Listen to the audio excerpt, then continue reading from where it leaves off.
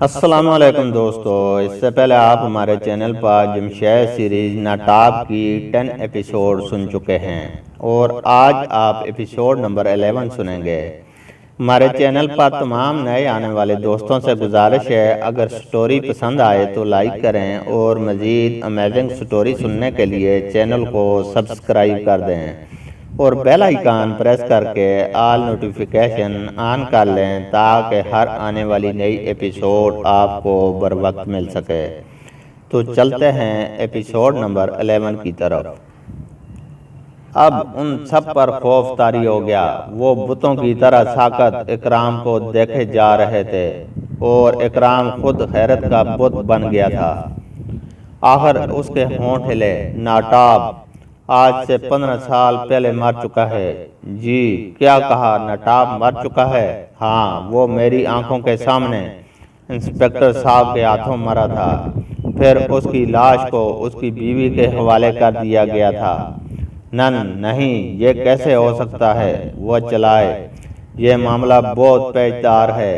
میرے سامنے اسے گولی لگی تھی انسپکٹر صاحب کے ہاتھ سے، خود انہوں نے اس کی موت کی تصدیق کی تھی۔ پھر یہ ناٹاب کہاں سے آ گیا؟ تب پھر اس کا مطلب ہے وہ ناٹاب نہیں، اس کے گروہ کا کوئی دوسرا آدمی ہے۔ اب اس نے ناٹاب کے نام سے کام شروع کر دیا ہے، محمود نے کہا۔ یہی تو مشکل ہے۔ کیا مشکل ہے انکل؟ آپ ہمیں کیوں مشکل میں ڈال رہے ہیں؟ فاروق نے الجھ کر کہا۔ اس وقت ناٹاب کے نام سے کام نہیں کرتا تھا۔ اس وقت ناٹاب کے نام سے کام نہیں کرتا تھا، نہ کوئی اسے اس نام سے جانتا تھا، نہ اس کا یہ نام تھا، اکرام نے کھوئے انداز میں کہا۔ تب پھر اس نے کسی نہ کسی کو ضرور بتا دیا ہوگا اپنا یہ نام، اور وہی اس کا نام استعمال کر رہا ہے۔ تب پھر اس نے کسی نہ کسی کو ضرور بتا دیا ہوگا اپنا یہ نام، اور وہی اس کا نام استعمال کر رہا ہے۔ اوہو، تم نہیں سمجھو گے، نہیں سمجھ سکتے، اکرام نے منہ بنایا۔ تب پھر آپ بتا دیں۔ ہاں، کیوں نہیں؟ اس شخص کا نام نہیں تھا، بس وہ سردار کہلاتا تھا، سردار کے نام سے مشہور تھا۔ اس کے گروہ کے لوگ بھی اسے سردار کہتے تھے۔ پھر وہ انسپکٹر جمشید کے ہاتھوں مارا گیا۔ اب سوال یہ پیدا ہوا کہ فائل میں اس کا کیا نام لکھا جائے، کیونکہ سردار کوئی نام نہیں تھا۔ آخر ایک فرضی نام سوچا گیا اور وہ نام تھا ناٹاب۔ کیا مطلب؟ وہ ایک ساتھ بولے۔ ہاں۔ اب یہ نام کس نے رکھ لیا؟ اسے کس طرح معلوم ہو گیا کہ ہم نے ایک مرنے والے مجرم کا نام ناٹاب رکھ دیا تھا؟ ہو سکتا ہے ایسی کوئی بات نہ ہو، اس شخص کا نام یہی ہو، یا پھر اس نے یہ فرضی نام اتفاق سے رکھ دیا ہو۔ میں بھی یہی خیال کرتا، لیکن افسوس کہ نہیں کر سکتا، اکرام بولا۔ کیوں؟ آپ کو کیا مجبوری ہے؟ اور اگر کوئی مجبوری ہے تو پھر ہم سمجھ لیتے ہیں، یہ بات آپ رہنے دیں، فاروق نے تجویز پیش کی۔ وہ مسکرا دیے، لیکن اکرام کے چہرے پر اب بھی مسکراہٹ کا نام و نشان نہیں تھا۔ آپ تو کچھ زیادہ سنجیدہ ہیں انکل۔ ہاں، مشکل یہ ہے کہ اس ناٹاب کے کام کرنے کا طریقہ بالکل یہی تھا۔ کیا مطلب؟ وہ زور سے اچھلے۔ اب ان کی آنکھوں میں بھی حیرت نظر آئی۔ آؤ میرے ساتھ، یوں بات نہیں بنے گی، مجھے تو پانی سر سے اونچا ہوتا نظر آتا ہے۔ پانی کہاں ہے؟ پانی حد ہو گئی، سر سے اونچا ہونے کے لیے پانی کا ہونا ضروری نہیں، محمود نے جل کر کہا۔ او اچھا، محاورے والا پانی ہے، اس نے فوراً کہا۔ اب تم سے کون مغز مارے؟ اور وہ اکرام کے ساتھ ریکارڈ روم میں پہنچے۔ اس نے اپنے ماتحتوں کو 15 سال پرانے ریکارڈ ناٹاب کی فائل نکال کر لانے کے لیے کہا۔ آدھ گھنٹے کے بعد فائل ان کے سامنے تھی۔ اکرام نے سرسراہٹ زدہ انداز میں کہا، اب تم لوگ اس فائل کو پڑھو۔ انہوں نے مطالعہ شروع کیا۔ لمحہ بے لمحہ ان کی حیرت بڑھتی چلی گئی۔ انہیں یوں محسوس ہوا کہ وہ 15 سال پہلے کی یہ کہانی اب اپنی آنکھوں سے دیکھ چکے ہوں۔ 15 سال پہلے بالکل اسی طرح ایک شخص کے دروازے پر دستک ہوئی تھی۔ اس شخص نے دروازہ کھولا تھا تو باہر ایک آدمی کھڑا نظر آیا تھا۔ اس کے پاس 50,000 روپیے تھے۔ وہ اس شخص کو 50,000 روپیے دے کر اس سے رسید لینا چاہتا تھا۔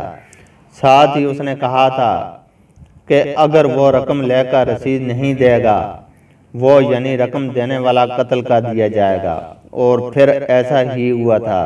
اس شخص نے اس بات کو مذاق خیال کیا تھا، لیکن دوسرے دن اس کی لاش ملی تھی، اور دوسرے دن ایک آدمی اس کے پاس 1,00,000 روپیے لے کر آیا تھا۔ اس نے اس سے بھی 1,00,000 نہیں لیے تھے، چنانچہ اس کی بھی لاش ملی تھی۔ اس طرح اسے پولیس سے رابطہ کرنا پڑا، اور جب پولیس سے کچھ نہ ہوا تو اس نے انسپکٹر جمشید سے رابطہ کیا تھا۔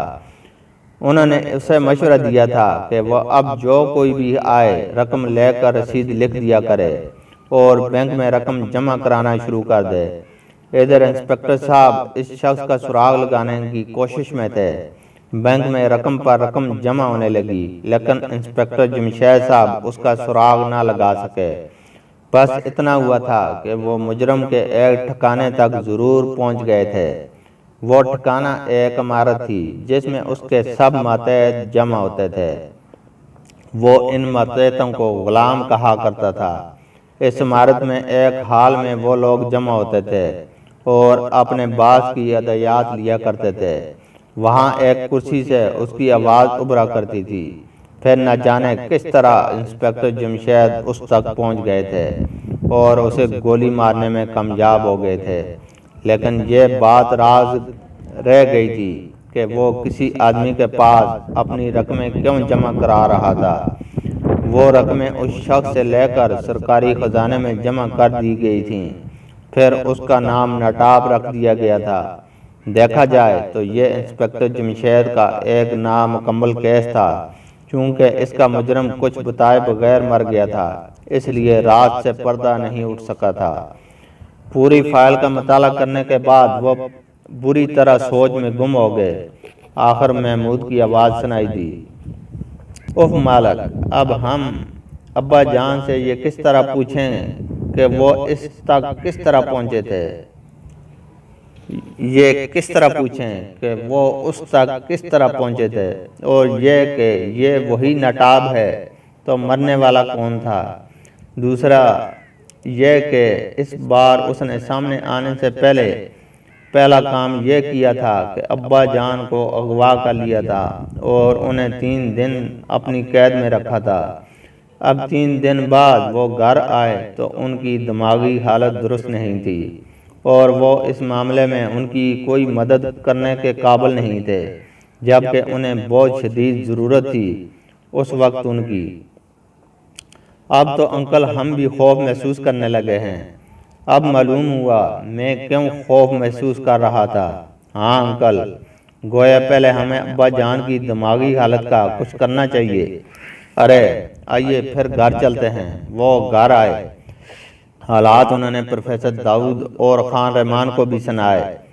وہ بھی سکتے میں آ گئے۔ اب کیا ہوگا؟ ڈاکٹروں کی ٹیم کو یہیں طلب کرنا چاہیے۔ ہاں یہ ٹھیک رہے گا۔ اب پروفیسر داؤد نے ڈاکٹر صاحبان سے بات کی، انہیں ساری بات بتائی۔ وہ فوراً ان کے ہاں پہنچ گئے۔ ان کا معائنہ کیا گیا، دماغ کے اندر بھی سکرین کے ذریعے دیکھا گیا، لیکن کہیں کوئی خرابی نظر نہ آئی۔ یہ بالکل ٹھیک ہیں۔ آخر انہوں نے فیصلہ دیا۔ کیا آپ پوری طرح اطمینان کر چکے ہیں؟ ہاں بالکل، وہ بولے۔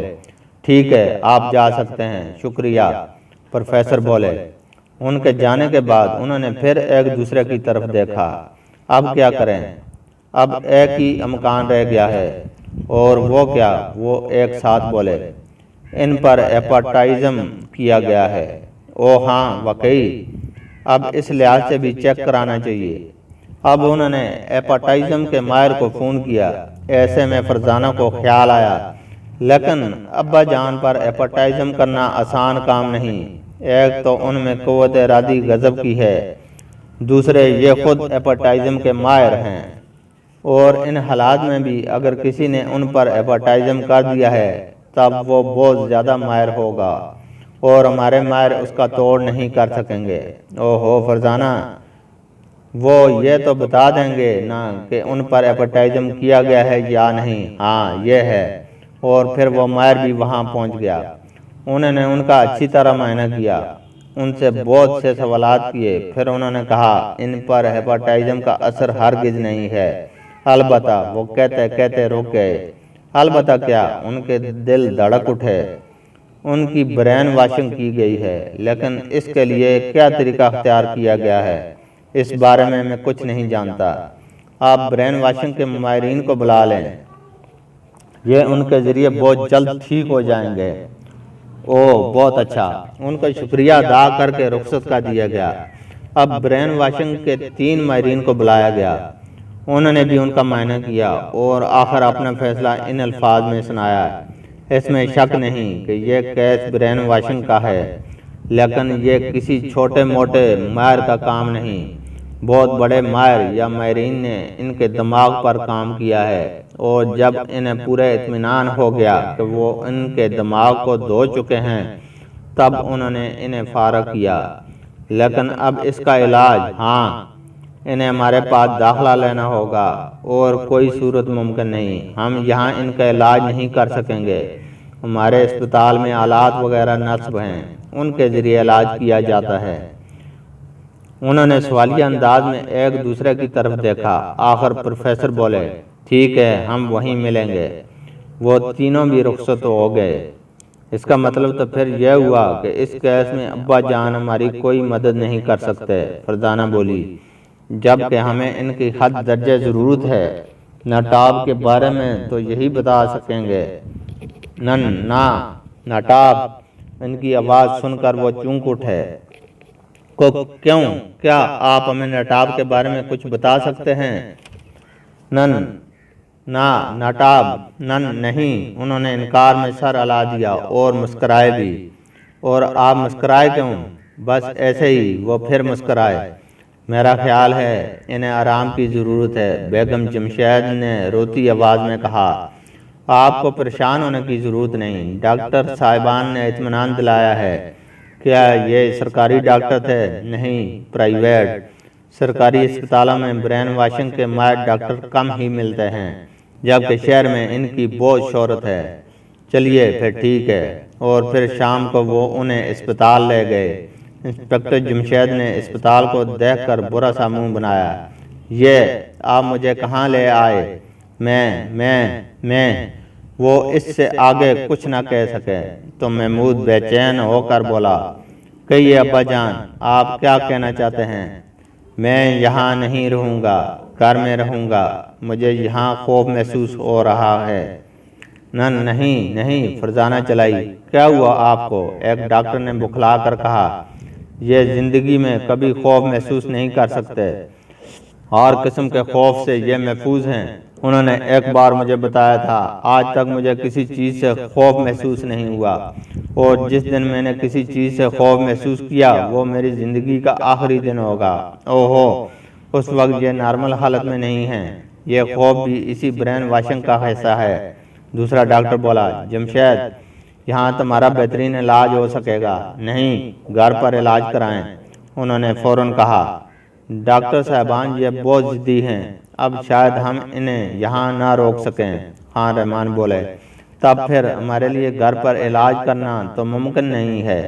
کوئی صورت نکالیں، آپ کو ہم بڑی سے بڑی فیس ادا کرنے کے لیے تیار ہیں۔ اچھی بات ہے، ہم میں سے ایک ڈاکٹر ان کا گھر پر علاج کرے گا، باقی 2 وقتاً فوقتاً ان کا معائنہ کرنے کے لیے چکر لگا لیں گے، لیکن تمام تر اخراجات آپ کو برداشت کرنا ہوں گے۔ یہاں اخراجات کم ہوتے ہیں، آپ اخراجات کی پرواہ نہ کریں۔ تب پھر آپ انہیں گھر لے جائیں، میں کل آؤں گا آلات سمیت۔ میرا نام ڈاکٹر قابوس ہے۔ شکریہ ڈاکٹر قابوس۔ اور پھر وہ انہیں گھر لے آئے۔ دوسرے دن ڈاکٹر قابوس وہاں آ گئے، انہیں ڈرائنگ روم دے دیا گیا۔ اب طے یہ کیا گیا کہ پروفیسر داؤد اور خان رحمان ان کے ساتھ گھر پر رہیں گے۔ محمود، فاروق اور فرزانہ کیس کے سلسلے میں بھاگ دوڑ کریں گے۔ ایسے میں فرزانہ زور سے چونکی، اس کی آنکھوں میں خوف دوڑ گیا، تاہم اس نے اپنا خوف ڈاکٹر قابوس سے چھپا لیا اور انہیں اپنے کمرے میں لے آئی۔ ہاں، اب کیا ہوا؟ اگر ان کی برین واشنگ کی گئی ہے تو پھر اس کیس کا مجرم کوئی ڈاکٹر ہے۔ وہ بری طرح اچھلے۔ لیکن یہ ضروری نہیں ہے۔ فاروق نے انکار میں سر ہلایا۔ کیا ضروری نہیں؟ یہ کہ اس کیس کا مجرم کوئی ڈاکٹر ہی ہے۔ اس نے نہ جانے کتنے لوگوں کو غلام بنا رکھا ہے۔ کیا خبر برین واشنگ کے ماہر ڈاکٹر بھی اس کے غلام ہوں؟ ہاں، اس کا بھی امکان ہے، محمود نے کہا، بلکہ زیادہ امکان ہی اس کا ہے۔ خیر، اب ہمیں فرقان بھائی سے رپورٹ لینی چاہیے۔ ان کے ساتھ اب کیا معاملہ رہا؟ آؤ پھر چلیں۔ ایک تو ان فرقان صاحب کے ہاں فون نہیں ہے۔ کیوں نہ ایک عدد فون ان کے ہاں فوری طور پر لگوا دیا جائے؟ میرا خیال ہے یہ زیادہ مناسب رہے گا۔ اس کیس میں بار بار ان سے بات کرنے کی ضرورت پیش آ رہی ہے۔ میں بات کرتا ہوں، محمود نے کہا، اور آئی جی شیخ نثار احمد صاحب کے نمبر ڈائل کیے۔ اس کی تجویز سن کر وہ ہنس پڑے۔ اچھا خیر، میں انجینئر فون سے بات کرتا ہوں، امید ہے وہاں فون لگ جائے گا۔ بہت بہت شکریہ۔ اب وہ فرقان بھائی کے دروازے پر پہنچے۔ دستک دیتے وقت انہیں ایک انجانے سے خوف کا احساس ہوا۔ مجھے خوف محسوس ہو رہا ہے، فاروق نے گویا اعلان کیا۔ اور مجھے بھی، فرزانہ نے فوراً کہا۔ حد ہو گئی، محمود نے برا سا منہ بنایا۔ کیوں؟ کیا تمہیں خوف محسوس نہیں ہو رہا؟ ہو رہا ہے، اسی لیے تو کہا ہے حد ہو گئی۔ لیکن یہ خوف فرقان بھائی کے سلسلے میں نہیں، ابا جان کے سلسلے میں ہو رہا ہے۔ میرا جی چاہ رہا ہے اڑ کر ان کے پاس جاؤں اور وہیں رہوں ان کے پاس۔ حد ہے، کمال ہے، فاروق بولا۔ اس میں حد اور کمال کہاں سے آ ٹپکے؟ محمود چونکا۔ یوں ٹپکنے کو کیا چیز نہیں ٹپک سکتی؟ فرزانہ مسکرائی۔ میں بھی بالکل یہی محسوس کر رہی ہوں۔ میں بھی بالکل یہی محسوس کر رہا ہوں۔ اور میں بھی۔ ارے تو پھر فرقان بھائی سے بعد میں ملاقات کر لیں گے، پہلے ابا جان کے پاس چلتے ہیں۔ لیکن پروفیسر انکل اور انکل خان رحمان کیا خیال کریں گے؟ یہ کہ ہم نے انہیں ناکافی خیال کیا؟ نہیں، وہ کچھ خیال نہیں کریں گے۔ ہم انہیں بتا دیں گے کہ ہمیں خوف محسوس ہو رہا تھا۔ ٹھیک ہے پھر۔ وہ مڑنے ہی لگے تھے کہ دروازہ کھل گیا، کیونکہ محمود دستک دے چکا تھا۔ دروازہ فرقان بھائی نے کھولا تھا۔ فرقان بھائی کے چہرے پر نظر پڑتے ہی وہ بری طرح اچھلے۔ فرقان بھائی کا چہرہ بالکل سیاہ تھا، یوں لگتا تھا جیسے اس کے چہرے پر کسی نے سیاہی مل دی ہو۔ اس کی آنکھوں میں بے پناہ خوف تھا، تاہم انہیں دیکھ کر وہ کسی قدر مسکرایا اور بولا، یہ آپ ہیں؟ میں سمجھا تھا پھر کوئی آ گیا رقم لے کر۔ تو یہ سلسلہ جاری ہے؟ ہاں جناب، اب تو دن میں کئی آدمی آنے لگے ہیں اور میں تمام دن رقم جمع کرتا ہوں، دوسرے دن بینک میں جمع کرا دیتا ہوں۔ واہ، آپ کی تو ہو گئی عیش۔ یہ کیسی عیش ہے؟ اس نے منہ بنایا۔ خیر، اب تک کتنے جمع ہو چکے ہیں؟ قریباً 20 لاکھ، لیکن اگر حالت یہی رہی تو 1 ماہ میں نصف کروڑ تو جمع ہو ہی جائیں گے۔ اور جب سے آپ رقمیں وصول کرنے لگے ہیں، پھر کسی کی لاش نہیں ملی؟ نہیں، بالکل نہیں۔ تب پھر اب تو ان میں سے کسی کا تعاقب کیا جا سکتا ہے۔ فائدہ کیا ہوگا؟ آپ اسے پکڑ لیں گے، تب بھی وہ اسے نامعلوم آدمی کے بارے میں کچھ نہیں بتا سکے گا۔ اس کا آپ فکر نہ کریں، ہم اس کا سراغ اب بہت جلد لگا لیں گے۔ کیا مطلب؟ وہ بری طرح گھبرا کر بولا۔ ہاں، ہم بہت جلد اس کا سراغ لگا لیں گے۔ ارے باپ رے، مارا گیا پھر تو میں؟ کیوں؟ آپ کیوں مارے گئے بھلا؟ محمود نے پوچھا۔ اس کا پیغام ملا ہے، جس دن پولیس مجھ تک پہنچی وہ کم از کم تمہاری زندگی کا آخری دن ہوگا، یعنی میری زندگی کا، اس نے کانپتی آواز میں کہا۔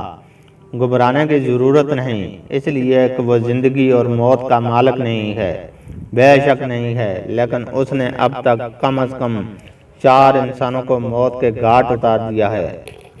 نہیں، بالکل نہیں، یہ کام اس کا نہیں ہے۔ ان کی تو بس موت آ گئی تھی، ہاں یہی کہا جائے گا، لیکن آئی تو اس کے ذریعے۔ تب پھر اس سے کیا فرق پڑ گیا؟ موت تو ان کی آ گئی تھی، وہ کسی بھی ذریعے سے آتی۔ محمود بولا۔ اب میں آپ کو کیا کہوں؟ اس نے منہ بنایا۔ کچھ بھی نہ کہیں، اس لیے کہ ہم اب تجربات کے میدان میں اتر چکے ہیں اور یہ تجربہ بھی کر کے رہیں گے کہ اس سے نجات کس طرح ممکن ہے۔ اور آپ کو تو ہرگز فکر مند ہونے کی ضرورت نہیں، آپ کے تو بینک بیلنس میں اضافہ ہو رہا ہے۔ ایسے اضافے کو میں چاٹوں۔ اچانک اندر کوئی چیز گری، وہ چونک اٹھے۔ کوئی بھاری برتن گرا تھا اور پھر اس کے بجنے کی آواز مسلسل سنائی دیتی رہی۔ کیا اندر کوئی بلی وغیرہ ہے؟ نہیں۔ تو پھر یہ کون ہے؟ ظاہر ہے میری بیوی کے ہاتھ سے کچھ گرا ہے۔ جی نہیں، فرزانہ مسکرائی۔ کیا کہا جی نہیں؟ ہاں، اس لیے کہ آپ کی بیوی تو دروازے سے لگی کھڑی ہے۔ ان الفاظ کے ساتھ ہی فرزانہ اندر داخل ہوگی۔ اس کی بیوی واقعی دیوار سے لگی کھڑی تھی۔ تم دونوں بھی اندر آ جاؤ، اندر ضرور گڑبڑ ہے۔ نہیں، آپ اندر نہ آئیں، اس صورت میں معاملہ زیادہ خطرناک ہوگا۔ نہیں خطرناک ہوگا، محمود نے منہ بنایا۔ آپ کو نہیں معلوم، اس نے کہنا چاہا۔ تو اب معلوم ہو جائے گا، فاروق مسکرایا۔ کیا؟ یہ کہ کیا معلوم نہیں ہمیں؟ حد ہوگی، آپ کو ان حالات میں بھی مذاق سوجھ رہا ہے اور یہاں جان پر بنی ہے۔ نہیں، ہم مذاق کے موڈ میں نہیں ہیں۔ اور دونوں اندر کی طرف بڑھے۔ اب انہوں نے فرقان بھائی کی تھر تھر کانپتی آواز سنی۔ آپ لوگ معاملے کو الٹ پلٹ کر دیں گے، جبکہ اب سب کچھ سیدھا ہو چلا تھا۔ اس نے تلملا کر کہا، ارے تو پھر بتائیں کیا سیدھا ہو چلا تھا اور کیسے سیدھا ہو چلا تھا؟ تو باہر نکل کر بات کر لینا۔ آپ تو زبردستی اندر آ گھسے ہیں۔ شاید آپ نے ہمیں پہچانا نہیں۔ محمود مسکرایا۔ کیا بات کرتے ہیں؟ کیا میری نظر کمزور ہو گئی ہے؟ اچانک نظر یہی آتا ہے، ورنہ آپ ہم سے ایسا سلوک نہ کرتے۔